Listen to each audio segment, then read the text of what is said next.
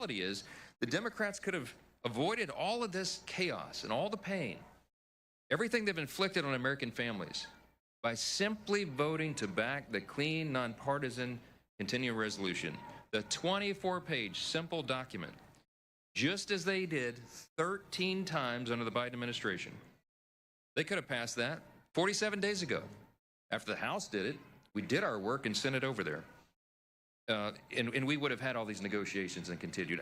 I'm gonna wrap this up and tell you again why. The big question is why. Why would the Democrats have the audacity to do this? As we summarized so simply yesterday, and we will do so every day, they are motivated out of fear. The Democrats shut down the government out of fear. They have never been more afraid at any point than they are right now. They know, as we all do, what their own polls show. The leadership of the Democratic Party is the most unpopular with members of their own Democratic base. And we saw that in the elections last night. The old guard is desperately trying to use this shutdown to show the radical Marxist wing of their party that they can look tough to President Trump. That's because the new power center of the left isn't the moderates. It's the AOCs and the Bernie Sanders and the Mamdanis of the party. It's the activists who believe capitalism is evil, who disdain the founding principles of their own country. They claim that the salvation of our nation will be brought about by bigger government and more bureaucracy. Look what happened in New York City last night. For the first time in American history, an avowed, openly proclaimed socialist has been elected as the mayor of America's largest city. Zoran Mandami is without a doubt the biggest win for socialism in the history of the country, and it is the biggest loss for the American people. He is truly a committed Marxist. And the results of that race tell you everything you need to know about where the Democrats and their party are headed. From the backbench to their leadership, Democrats have fallen in line behind the socialist candidates. Hakeem Jeffries, as you know, is the highest-ranking Democrat in the House. He gave his full blessing to Mamdani and his socialist agenda. Chuck Schumer, the highest-ranking Democrat in the Senate and the highest-ranking Jewish leader in America, flirted with endorsing Mamdani all the way to the bitter end. Never mind the fact that Zoran has embraced anti-Semitic rhetoric and promised to arrest the Prime Minister of Israel if he visits New York City again. And then there's President Obama, who called Mamdani over the weekend to extend his praise and act as a sounding board for the young socialist. You can't make this stuff up. The man who made healthcare unaffordable with his own socialist scheme is advising the man whose false promises will surely make life unlivable for millions of New Yorkers who cannot afford to flee the city. As we said from this podium every morning, we talk about Mamdani for two reasons. It's a bellwether, because House Democrats, many of whom represent districts with much less blue than New York City, have embraced him with open arms. And because his brand of Marxism is truly a bellwether for the Democrats nationwide. We pointed out that other major metropolitan areas in the country are facing the same threat with candidates similar to Mamdani. And we're going to continue to call out their effort to mainstream and normalize socialism and Marxism in America. Working families watching this play out have a right to know that socialism and communism are not just confined in New York City. They are quickly coming to a town near you unless you stand up and let your voice of common sense be heard. While Democrats hitch their wagon to the socialist agenda, Republicans are going to continue to act in good faith on behalf of hardworking Americans. And we will remind a new generation of Americans about the painful and inescapable realities of history. We'll have much more to say about this in the days ahead. There were no surprises last night. I'll just summarize on the election, and then I'll yield to some of our sophomore stars here. There's no surprises. What happened last night was blue states and blue cities voted blue. We all saw that coming. And no one should read too much into last night's election results. Off-year elections are not indicative of what's to come. That's what history teaches us. By the way, it's worthy of note that Zoran Mamdani himself only received a little over 1 million votes, 1,036,000 votes. There are 8.3 million residents in New York City. 8.5 million actually is the number, I think. So about 12% of the city voted to turn their city over to the communists. We'll see how that works out. The lesson is that common sense Americans have to stay informed, you have to stay engaged, and you have to vote and let your voice be heard. But back to the urgent issue of this moment. Unlike our Democrat friends, Republicans know there's no prize for the milestone we've hit today. No one wins in a government shutdown. We pray that Democrats wake up to that truth very soon. We are very hopeful that they will come to their senses and help us to reopen the government. Remember, it's about math. We have to have 60 votes in the Senate, and we only have 53 Republicans. The entire country is waiting and calling on Democrats to put their political fight aside and open the government.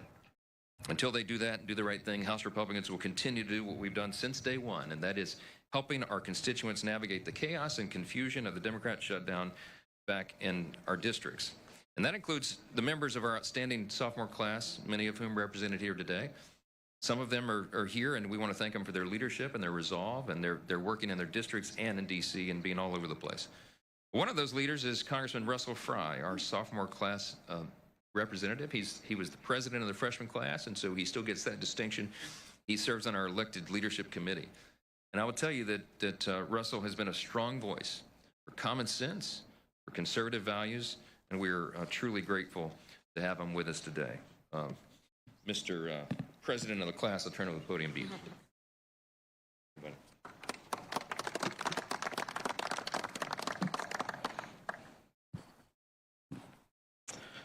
In this world, few things are certain other than death, taxes, and Democrats saying one thing and doing another.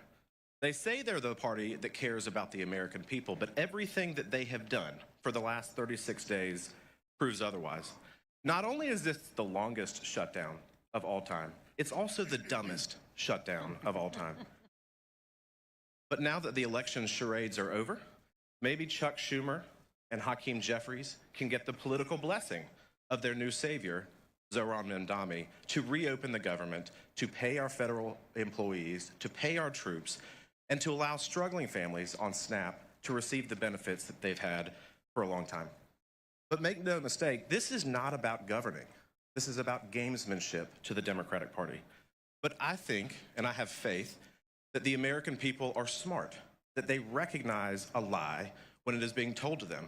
For years, during the Biden administration, we were told that the border was secure by the Democratic Party.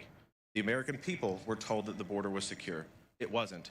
For years, we were told by congressional Democrats that President Biden's mental faculties were okay, that he's never been sharper.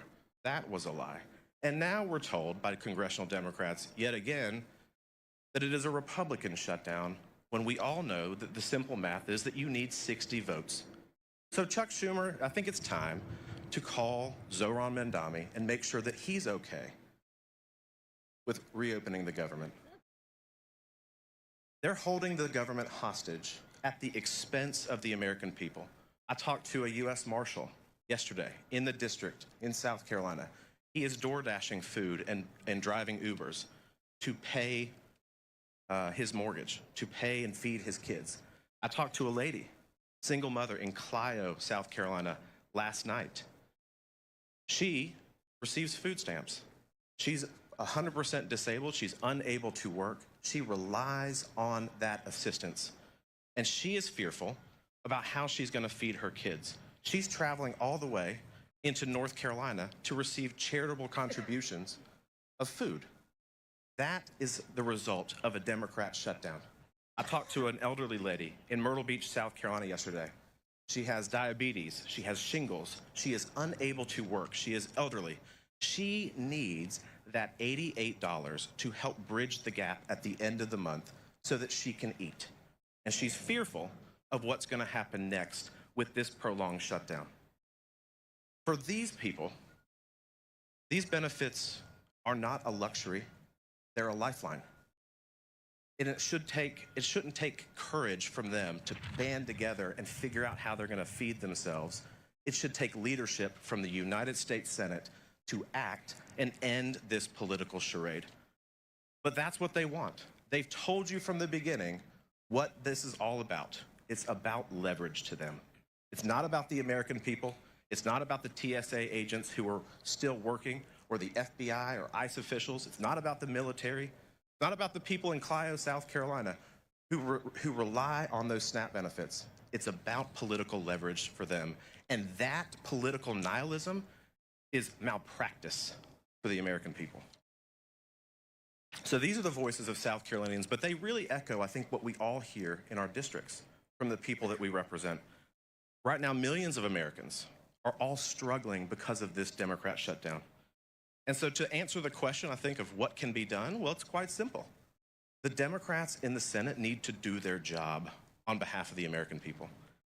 House Republicans have already passed this. We will continue to put pressure on Senate Democrats to act, because at the end of the day, we care about the American people. We care about their struggles.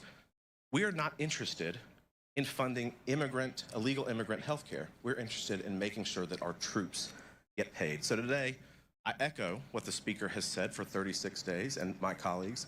It's time to reopen the government and end the political gamesmanship. Thank you, Mr. Speaker.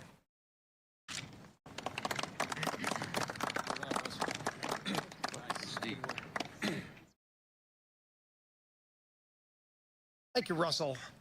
And last night we saw the Democrat Party usher in their new leader. We've been talking about this for weeks, but it was made official. When the city of New York elected Zohran Mamdani, he became the new leader of the Democrat Party. And while the Democrat Party had no problem making the shift to socialism, which they embraced wholeheartedly, led by Hakeem Jeffries and others here, America, mainstream Americans, blue dog Democrats across America have not embraced socialism. America is not a socialist nation. You know, when the Speaker mentioned that, is it any surprise that last night blue states voted blue? We're talking Virginia, New Jersey, New York. By the way, none of those were swing states. You had 7 swing states in the election a year ago today.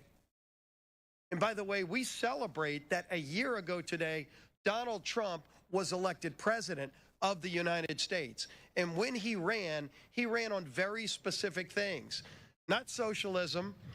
7 out of 7 swing states rejected that form of socialism that has now taken over the Democrat Party.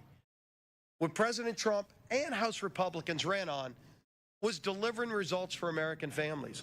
We said we would secure the border, and we actually delivered on that in record time.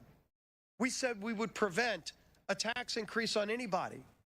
Every American, no matter what income level you were at, you were facing a tax increase, in many cases a 30% or larger tax increase. We said we wouldn't do it. The Democrats bragged that they were going to raise your taxes. And the American people decided that, not New York City.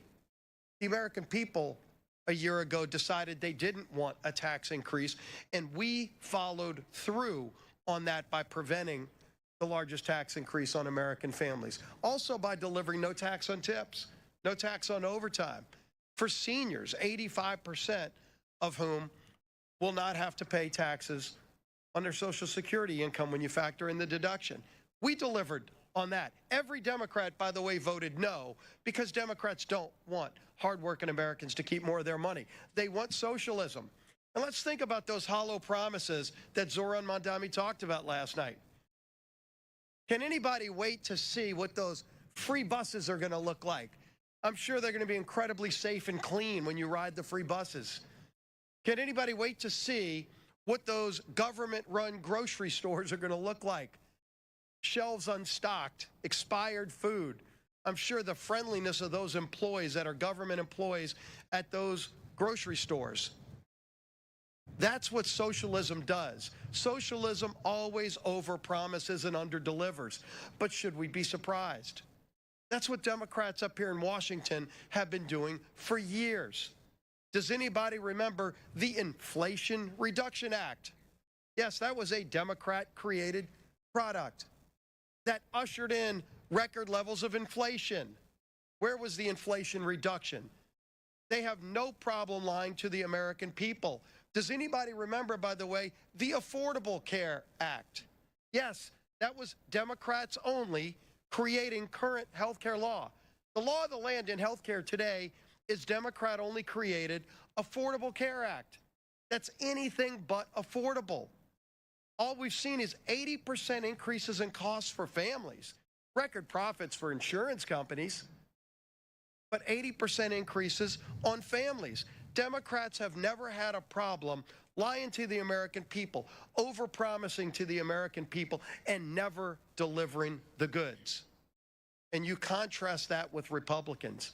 Again, a year ago today, we ran on very specific things, and we've already, working with Donald Trump, ushered in a new level of American greatness. And it's not just here in America. We're finally starting to see that leadership around the world that we've been so desperately lacking when President Trump starts getting peace agreements in Middle Eastern countries, in other places. It's about delivering on promises for the American people. And all we're seeing during this shutdown is Democrats scared to death of the Mandami wing of the party. They've said it. Some of them said it out loud. But they have exercised it in their votes. They voted time and time again to keep the government shut down, knowing they're inflicting suffering and pain on the American people, admitting that they're using that suffering to try to get leverage. They still can't tell you what the leverage is for. Leverage for what? To go boast to the socialist Mandami wing of their party that they're fighting Donald Trump, who was elected not by the people of New York or New Jersey or Virginia, but by a majority of Americans, 77 million Americans, 7 out of 7 swing states, running on very specific things that that president, Donald Trump, and this Republican majority have continued to deliver on. We're going to keep delivering wins for the American people, and Democrats will continue to give the hollow promises of socialism that come along with the failures of socialism that it truly delivers for people. And yeah, people in New York, when they realize how bad socialism is, they can just leave like they've been doing for years. They can move to states like Florida, to Texas. They can even come to Louisiana. But if they ruin America, if they're able to take hold with socialism in America, where else are people going to go? There is no plan B to this great United States of America, and we're not going to let socialism take over in this great country. With that, I bring up our whip, Tom Emmer.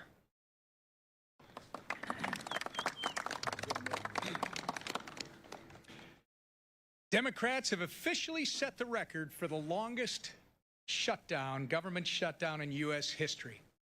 And each day that their needless shutdown drags on, the consequences get more and more severe. Yesterday, Transportation Secretary Sean Duffy said they might be forced to close certain parts of the airspace if the Democrat government shutdown continues into next week. Remember when one Democrat aide remarked that the party will not concede short of planes falling out of the sky? They weren't kidding. They are prepared to prolong the pain that they've inflicted on the American people because, as Chuck Schumer said, every day the government is shut down gets better for us. And as Catherine Clark and Chris Coons said, government shutdowns are one of the few leverage times they have. But while the Democrats have been busy playing politics with people's lives, President Trump has been hard at work delivering on the mandate 77 million Americans gave him 1 year ago today. In just 10 months, President Trump has delivered the largest middle tax cut in history. He brought illegal border crossings down to record lows after 4 years of the Biden border crisis. He ended 8 wars and made America respected again on the world stage. And he's just getting started. While President Trump has been hard at work delivering on the American First agenda for 77 million Americans, that's what they voted for, the Democrats have been hard at work obstructing that agenda and consequently the will of the people at every turn. The Democrat Party of today is not your grandfather's Democrat Party. Nothing proves it more than last night's election results. From a communist mayor in New York City to a Virginia attorney general who said he wanted to murder his political opponent, pro-terrorist, Marxist radicals are now the left's mainstream. We will prove that there is no problem too large for government to solve and no concern too small for it to care about. That is a direct quote from Kami Mamdani, and it should terrify every single freedom-loving American. This is the land of insanity Chuck Schumer and company have enabled with their party's political games, and now they must own the consequences. And with that, our conference chair, Lisa McClain.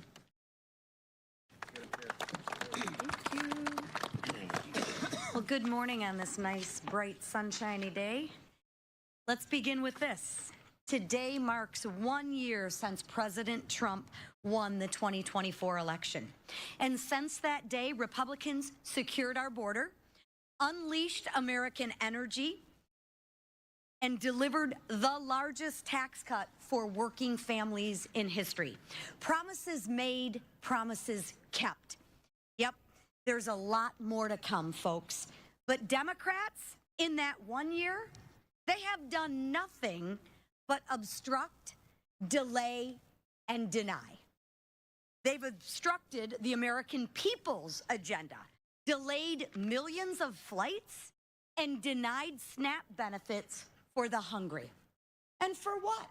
Ask yourself, for what are the Democrats fighting for? Well, they're fighting for $1.5 trillion in new debt to fund health care for illegals and continue the wasteful spending. I mean, Democrats, you need to say that loud and say it proud, because as Republicans, we're going to make you own those votes. There's no turning back. Democrats want $1.5 trillion of wasteful spending and health care for illegals that you all are going to pay for. Over the past year, Democrats have wandered around with no plan, no vision, and no leader. But today, they finally found their leader. The radical communist mayor of New York City, a self-proclaimed communist who wants Americans to pay for global health care. Well, you wanted it, you got it. A communist who wants the government to own grocery stores. And a communist who wants the government to tell you what to do with your hard-earned money. Because you see, the Democrats don't think you are good stewards of their money. The Democrats think the government can be much smarter with what to do with your hard-earned tax dollars. Versus the Republicans, we actually believe in people. We believe you can make good choices. We don't believe you need the government to tell you what to do, when to do it, and how to do it. We actually have a little faith in you. So does this sound familiar? Sounds almost identical to what the Democrats are leveraging the pain for the Democratic shutdown for. But let's be clear. Bowing down to the communists and socialists who control the Democratic Party, it has consequences.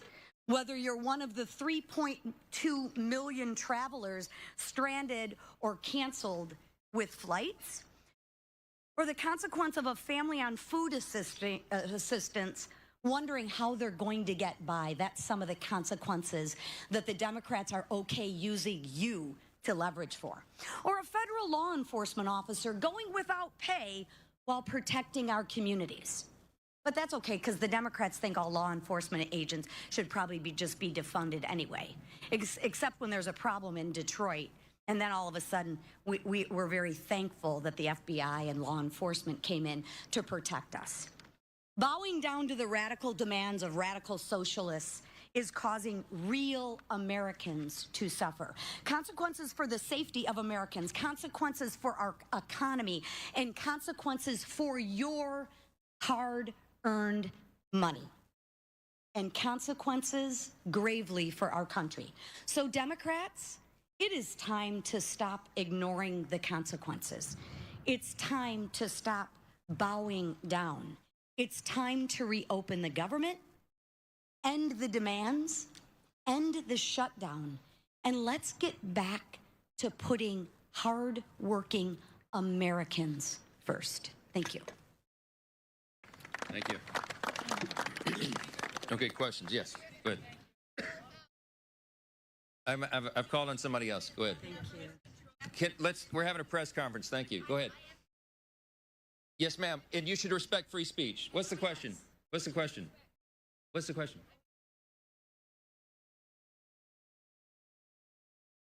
I can't hear you because we have someone who doesn't respect the rights of their colleagues over here. I'd love to talk with you. Wait. I'd love to talk with you. Come to my office, okay? You have an obligation. Yeah. Yes. Yeah. Okay, let's talk about it. I've been doing that. We did that before the shutdown began. We went to the White House. We went and sat in front of the Resolute desk. We brought Leader Jeffries and Leader Schumer in, and we had a discussion. The president said, please don't shut the government down. It would cause all this pain to the American people. This has never happened before. It's a clean, nonpartisan CR that every Democrat, including you, voted no on September 19th. You voted to shut down the government. You voted to stop SNAP benefits. You voted to not pay the troops, not pay TSA, Border Patrol. You may regret it now, but that's your vote, and it's on the record. So the president had us in, and they didn't want to have a dialogue or debate. They thumbed their nose in it, at him, and he had to do it. Appreciate it. Thanks for your input. Somebody give me a question that's real.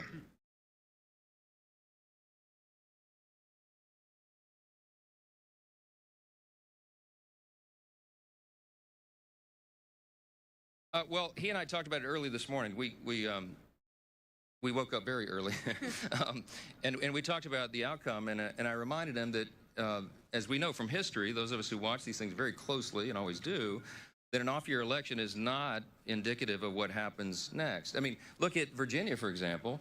Glenn Youngkin won his race for governor, and then the Democrats, the opposing party, did very well in the upcoming midterm election. These off-year elections are about different things, different dynamics. In Northern Virginia, there are a lot of federal employees. They're probably pretty upset. And they should blame the Democrats for that because, as we noted today, 15 different times Republicans in Congress, Senate and House, voted to open the government. And the Democrats, like our colleague who just tried to interrupt us here, voted to close it down. So it's very clear who's responsible for this. And I think that when we go into next year in the midterms, we're very bullish about the outcome. We have an extraordinary record to run on. You mentioned, Leader Scalise mentioned sort of what we call the split screen here. And I'll remind you all again, under President Trump and Republicans, we have had an extraordinary run. The first 9-10 months of this, 9 months, the 10th month has been shut down because of the Democrats. The first 9 months of this Congress and this administration, arguably the most productive of all time. We cut taxes, cut regulations, cut waste, fraud, and abuse in government. We solved the border crisis, which was the #1 issue on the ballot last fall. We're solving the crime crisis around the country. We've got American energy dominance revved and going again. We have new trade agreements that are more favorable to Americans, which will ultimately bring down costs. We have put real reforms into the Medicaid program to strengthen it, because we've got people who are ineligible recipients, like illegal aliens and young able-bodied men without dependents, off the program so that the disabled, the elderly, and young pregnant women can have the resources they need. The president is literally solving wars around the globe. I think we're up to 9. All of that is on one side of the screen. What are the Democrats on the other side of the screen? A government shutdown. What did they accomplish in 9 months? Interruptions. They've assaulted ICE officers. They have spurred on political violence. And they closed down the government, which is their most basic duty and responsibility. I think the American people are smart. I think they will understand this. And I think the midterm is going to be a great one for us. We had a demographic shift in 2024. We have a very favorable election map on the Republican side, and it will be even more favorable once all the redistricting stuff is settled out.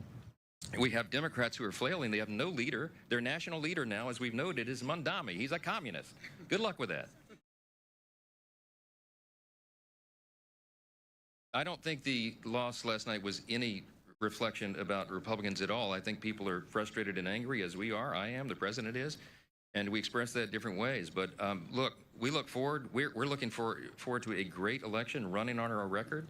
And we're gonna get all of our incumbents reelected, and we're going to add to the number here. So that's the answer. Yes.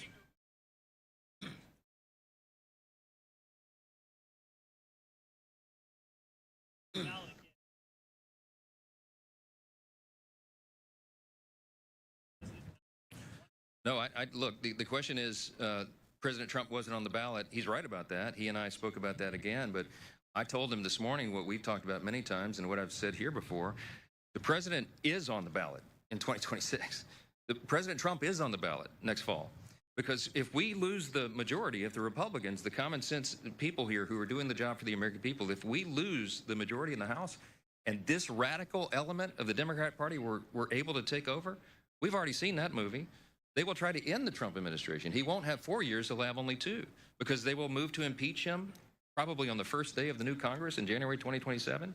And they will try to systematically unwind all the important reforms that we've done for the American people, to lower costs, to have a better quality of living, on health care, to increase access and quality of care. We are the party that is doing that, and the president needs 4 years to complete his agenda, not just 2. So he is in a very real sense on the ballot. He's fiercely committed to us winning. He is going to help. He's offered to do rallies and to town halls and all the things. He's sent out a huge round of endorsements of incumbents, Republican incumbents, just over the last few days. He is very much engaged, very dialed in, and he understands the stakes. President Trump is on the ballot in 2026, and we're looking forward to that contest. Yes, sir.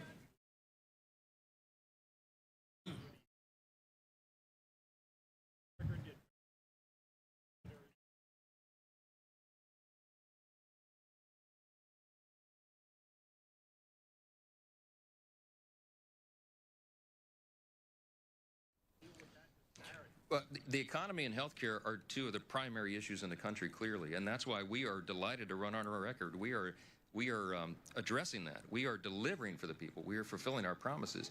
President Trump got more votes, by the way, in Virginia and New Jersey than either of the 2 governor candidates, the Democrats there. And one of the things that we ran on was improving these. We passed the American Families Tax Cut, the big, beautiful bill, and got it signed into law on July 4th. Many of those provisions will be coming into play now. It was filled with pro-growth policies. The people standing behind me all worked individually and collectively very hard on that legislation. And the American people are going to feel the positive effects of that before they vote next fall. We did it early enough so that the economic effects could be felt. And you're going to see costs go down and quality of life improve. Our policies lead to that. Socialism does not. Socialism does not lower costs. It doesn't lead to lower cost. It leads to human misery. It leads to the decay of society. It has happened everywhere. When the socialists, Mondami, and the Democrats here, Leader Jeffries apparently is a socialist now. He endorsed Mondami. He owns the results there. But when they come out and they go out into their districts next year and they try to tell people that socialism is the way of the future, anyone who studies history will tell them the opposite. The AOC and Bernie and Mondami and Jeffries, they don't tell people that when government takes control of everything, you have to give up your freedom, your liberty, your opportunity, your security are yielded to the government, and that the government controls everything.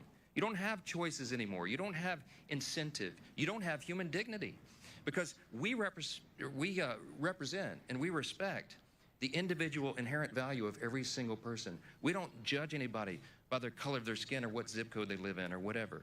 We are all Americans. The socialists and the Marxists divide us into camps, and they value you not as an individual, but on the merits of the group that you are collected into. And they will take away everything from you as they promise to give you everything. It's a lie. It has led to the murder of tens of millions of innocent people in the 20th century alone. That is not who we are in America. And we are proud to go out and run on our record and on those truths of the founding principles of the country, because that's what's going to save us. Olivia.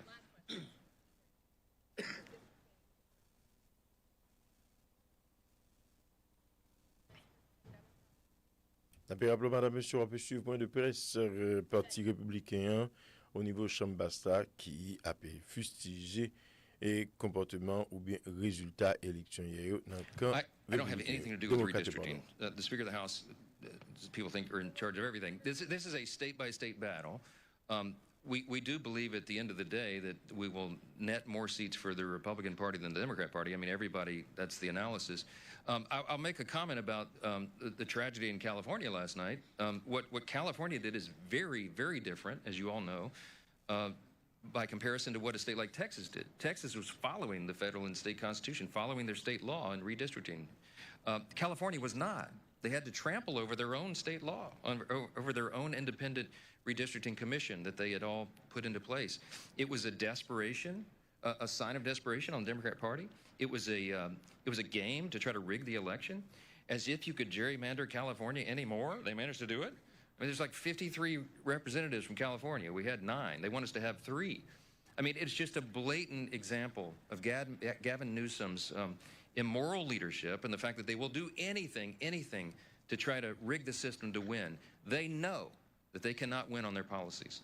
They know that they don't have a national leader other than the Marxists now to try to set the tone and guide the course. And so they're going to try to rig the game. We're going to win that anyway. We're bullish. We're going to fight like warrior poets in California, and we're going to make sure that our Republicans get reelected. And we're going to do that all around the country, and we're going to continue to move forward, pursuing the America First agenda, delivering on our promises, and making this country great again. That's what we're committed to, and we'll continue to do it. Thank you. Déclaration président Chambasta Mike Johnson après résultat élection hier yo qui ouais victoire équipe démocrate là jeudi comme avant depuis et campagne a commencé républicain yo focaliser yo chita yo mettez en phase yo kembe et dans rétroviseur yo Zoran Mamdani comme nouveau chef parti démocrate là et que yo estimé jeudi parti démocrate là c'est communisme c'est socialisme c'est ça où se tendait chef parti républicain en dedans Chambasta l'idée il tapé expliquer contradiction qui existait entre démocrates ensemble avec républicains et parler de situation destruction qui est capable de venir avec Zoran Mamdani socialisme communisme marxisme li capable d'apporter en dedans pays les États-Unis selon toujours déclaration président Chambassa qui est attaqué de l'autre côté gouverneur Newsom qui pour lui-même fait un bagage qui pas constitutionnel comme si ça passé dans la côte Texas li chita en dedans constitution américaine. Nous rappelons que census ça ou le recensement en dedans nation américaine li organisé toutes les 10 années. Donc je ne dis nous pour arriver dans période de pour organiser census qui t'a redéfini ça on les configurations population et qui baille une autre configuration tout sous plan politique. Red Branche Pstars radio et télévision nous va tenir pour nous informer semaine a conclu pour nous dire que dans la vie sportive là hier soir équipe Charlotte là était joué ensemble avec New Orleans et New Orleans remporté rencontre là 112 contre 116 équipe Milwaukee a tombé devant Toronto 100 contre 128 formation Philadelphia 76ers a tombé devant les Taureaux de Chicago 111 contre 113 l'équipe Phoenix Suns li troncé et li tombé alors devant Warriors 107 contre 118 gagné battre rencontre non équipe Oklahoma Thunder li continue à faire l'orage grondé dans compétition NBA à côté il fait 126 points pour battre équipe Clippers que les Clippers li serré li fait victoire 126 contre 102 Haïti dans catégorie junior moins de 17 ans li tombé lourdement hier devant équipe